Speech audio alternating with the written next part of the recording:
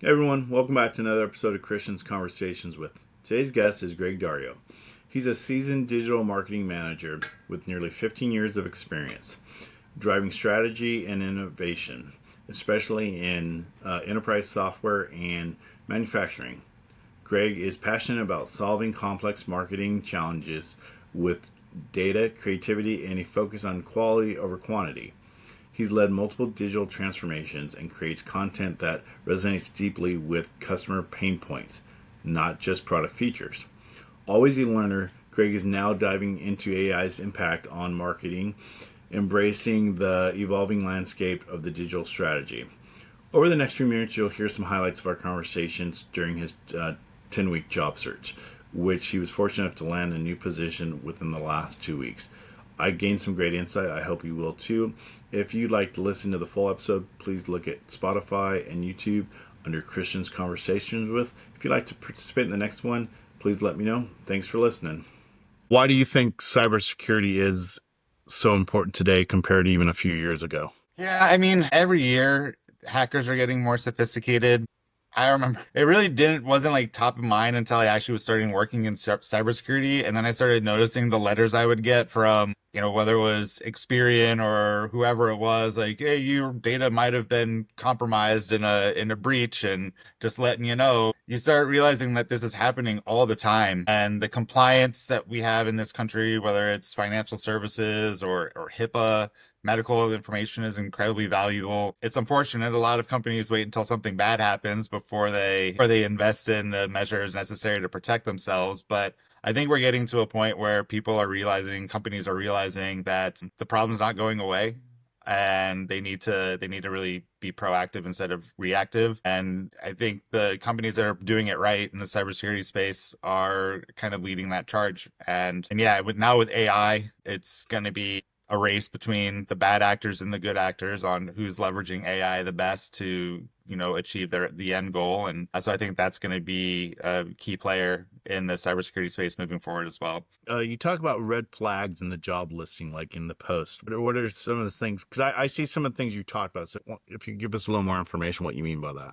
Yeah, I mean, for me, pattern recognition has always been something that I'm pretty good at. And I used to bartend. And so I could remember faces and remember like little details about people and like what their drink order was. I wouldn't remember your name to save my life, but I could start remembering. I just have a knack for remembering this company name and this role. And I've seen it before. And now here it is posted again, a week later. And each time they're collecting 100 resumes, or you can see that, 100 people clicked apply. And so in my experience, when there's companies that are posting the same job over and over and over again, usually it's coming down to one of two things. They're either collecting resumes, they're not really looking to hire someone. If the perfect candidate comes along, okay. Or what they're looking for is so hyper specific that they're going to just be looking forever because the person just simply doesn't exist. So that was one of the big red flags that I've felt. You can kind of get a sense with some of the job descriptions and requirements, generally what like a company culture is going to look like. I'm trying to think of I actually read one today, an example where someone said that they saw in one of the job listings that more than 2 jobs in the last 5 years need not apply. And it's like, I mean, are you aware of the current market conditions? Like that's just going to be a normal thing with all the layoffs in tech and everything that's going on.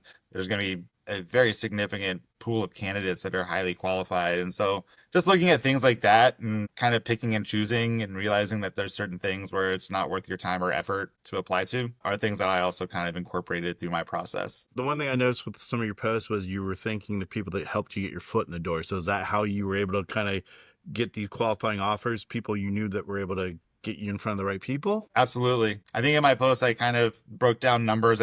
I know some people keep spreadsheets of every job they've applied to, and I wasn't quite that crazy about it, but I did kind of loosely keep track of how many jobs I was applying to a week. I was setting myself goals, simply just hitting apply. I did get a couple of interviews out of that, but they really didn't go anywhere. What really resonated and what really helped get the momentum going was leveraging my network. And what I mean by that is before I would hit apply on a job, I would go to the company page. I would look at the people tab on the LinkedIn page. And then I would use a couple filters that are available in LinkedIn to find who are my first connections, who are my second connections, what are the teams that these people work on. So I could filter it all the way down to I only want to see people that I have a mutual connection with that work in the marketing department because I'm marketing. So I'm looking for people that potentially are going to be peers and colleagues. And I also was looking at HR because every process generally starts with HR and ends with HR. So that's Hmm. also would be a good intro. And so, yeah, it's really just finding someone that you have a mutual connection with. Obviously on LinkedIn, not all of your connections are first name basis, like how's it going? Let's go have beers after work type of situations. But if I've had genuine conversations with people, if it was a vendor that I've worked with, in a couple of cases it was former coworkers, reaching out to them and basically saying, hey, I'm about to apply to a role here. I see that you're connected to Christian. If you know Christian pretty well, I was hoping you could give me an introduction. And that happened a few times and was able to get my foot in the door with a few places. And that's exactly how I got my foot in the door with my current role is a coworker of mine or a former coworker of mine knew one of the people on the hiring team and sent a glowing recommendation. I swear to God, if you read it, you would think I paid her to say these things. What would be like the piece of advice you would give to somebody that's going through this? I mean, I said the weird part to say this is 10 weeks is a lot to be unemployed, but it's quick in today's world. I mean, in reality, Yes. it is a quick time frame. I think they say on average now it's about 18 to 24 months for a lot of people, which Just is I can't heartbreaking in imagine a that sense. pressure and that stress. That's crazy to me, which is also why I posted what I did and like, hey, reach out to me and don't be afraid to connect. May or may not be aware of this, but that first initial post that I made ended up getting 172,000 impressions.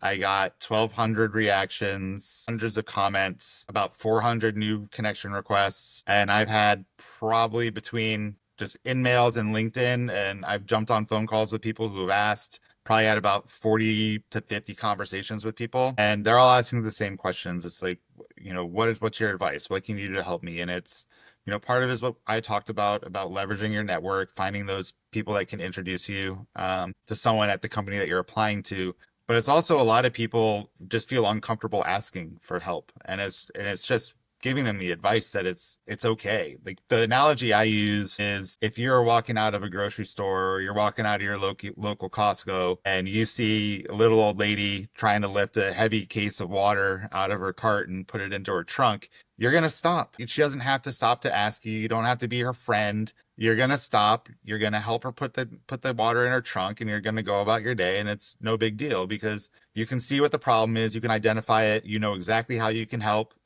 and you just do it. And I think 99.9% of people are going to stop and help. And I believe 99.9% of people will stop and help if you ask them to help in your job search, whether it's to look at a resume, to make an introduction, whatever it is.